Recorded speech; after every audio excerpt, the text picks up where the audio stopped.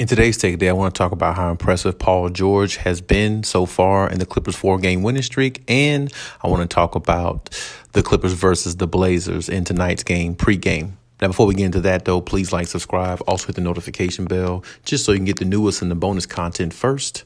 We put out content every day, so you won't miss any content here.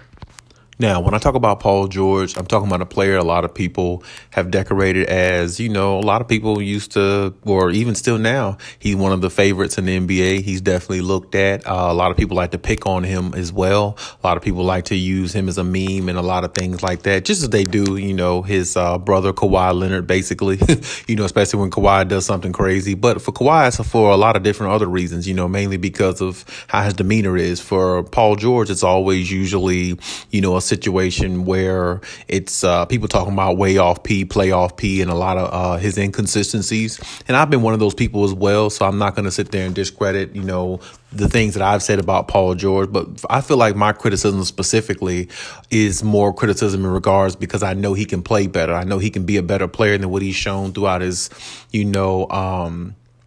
throughout his last couple years in the league. But, that also could be in regards to who he played with, Russell Westbrook. And it also could be the fact that he wasn't put an opportunity to be in a winning situation. So, you definitely have to factor things like that in. But also he did have the bubble meltdown as well. And that definitely made him look bad to a lot of people. And a lot of people definitely made memes out of it, made jokes out of it. But all that being said, this year, when you look at Paul George, the way he's playing, I would personally like to see him be more efficient with his shooting. I personally would like to see him be more selective with his shooting at times, because sometimes he could just be trigger happy and pull off shots and just be reckless in regards to how he's, trying to score and things of that nature. But, in all, Paul George is, so far has put together a pretty good season. You have to give him a little bit of credit in regards to that.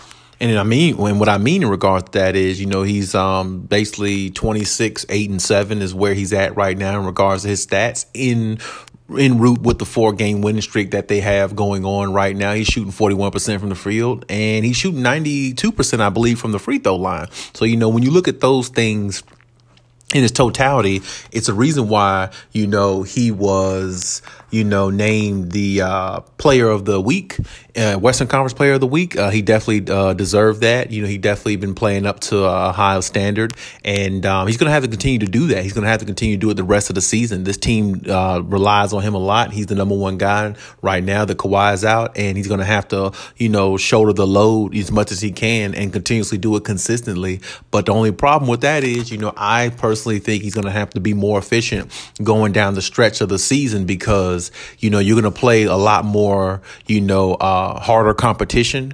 To me, the Clippers' schedule has been favorable to them this first week or 2 weeks in the NBA, as far as like the return of the season and everything, or first few weeks, I should say. It's been favorable to the Clippers, and that's definitely an advantage when it comes to the competition that you're playing, and you having the better team and the better coach and the better supporting cast. It definitely makes a difference, and that definitely needs to be accounted for. But at the same time, a win is a win. Whoever they put on the schedule is who you have to play, and that's just the way you have to look at it. Now, hopefully, Paul George can find a way to get maybe a few more Western Conference, player of the weeks, and which means that the Clippers will be on a few more a few winning streaks during the season to allow them to be, a playoff team when it comes down to it, when playoff seeding really, really matters towards the end of the season.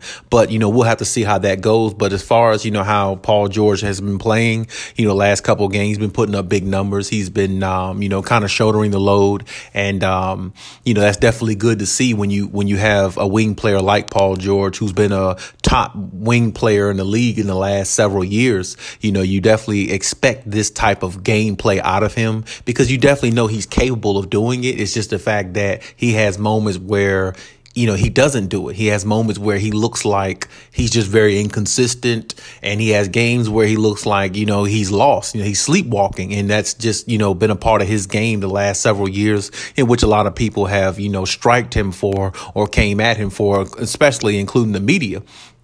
But we all know that he can ball. We all know that he can play, and we all know that he has a large skill set, on both ends of the floor. So we definitely know what he's capable of doing. But, the only thing I say to this as well, I hope he keeps this up. I hope he keeps the Clippers afloat, but I definitely am going to need him to do this in the playoffs and that's what a lot of people really look at Paul George as. Nobody really cares about Paul George regular season stats because Paul George has been in MVP conversations before. He's been top 2, top 3 candidate for MVP before. He's been in these conversations. He's played well. He's had Eastern, Western Conference Player of the Week, before. He's done this before, but the playoffs is where it really matters. And if Paul George ever really wants to take his game to another level or be looked at on the level of a Kawhi Leonard or, any one of the other top players in the league, he's going to have to find a way to do this consistently in the playoffs because the playoffs is what it's all about. And I definitely respect the fact that he's doing it so far in the regular season, but it's still a long season to go. And, you're still going to have to play a lot more competition and the schedule is not going to get easier as the season goes along. And, the season's a long season anyway, but the tougher the opponent, the more pressure it is on you. So we'll see how Paul George pans out going forward in the season, but so far he's been doing pretty good. I'm happy for him. He got Western Conference Player of the Week.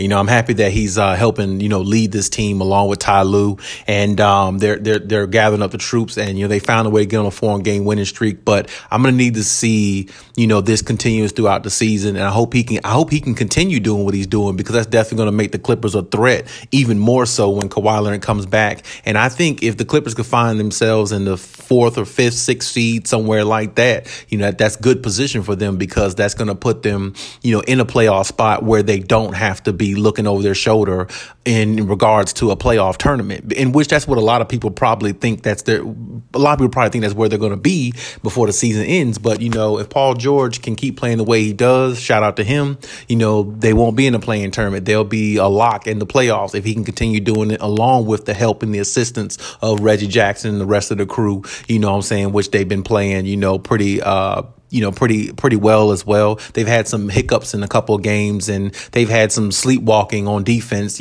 certain instances of games. But, for the most part, like I said, a win is a win and you take it how you can get it. Now, as far as tonight, I want to talk about them going against the Blazers. Now, the Blazers are out for revenge. The Blazers are out to try to get a victory versus the Clippers and, try to get their footing going as well. And it's definitely going to be a tough game. I definitely see this game coming down to the wire for some reason. I see this game being like 110 to 108.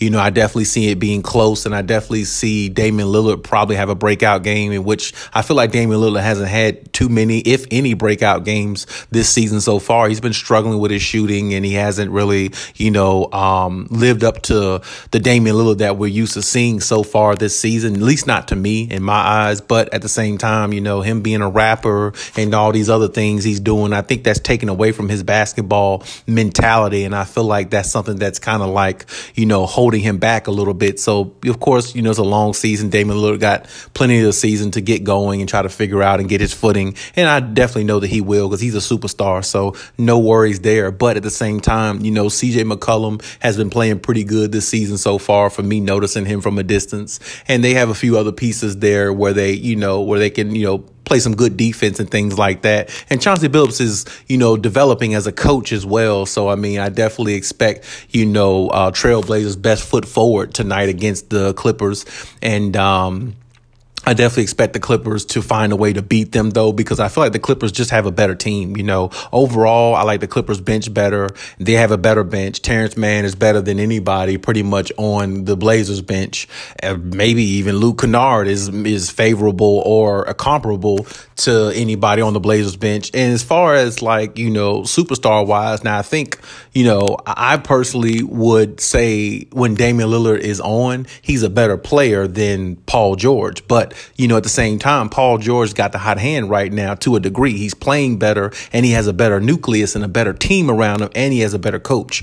And he has a coach that knows Chauncey Billups, because Chauncey Billups was with the Clippers last year. So it's like, when you look at that in its entirety, that works better for the Clippers. It works better in their favor rather than the Portland Trail Blazers, a team that's trying to figure out their footing and what direction they want to go offensively and defensively and how they want to approach teams, rather than a Clippers team who should already know their approach and their offensive repertoire and everything like that, which they should be able to utilize to their advantage against the Blazers tonight. Like I said, I do think the Blazers will come out ready. I think they'll come out swinging. I think Damian Lillard will have 30-plus points. I think C.J. McCollum will have 25-plus points. But I just feel like, Paul George, will make some good defensive plays. I feel like he'll have 30-plus points. I feel like Reggie Jackson will have 20-plus points, pretty much to match Damian Lillard and C.J. McCollum. And I feel like the Clippers should come out on top with the victory. I don't feel like, the Blazers really have enough to beat the Clippers. And I mean, I feel like when the Clippers are engaged, I feel like they're just a way better team than a lot of teams they're going to be facing.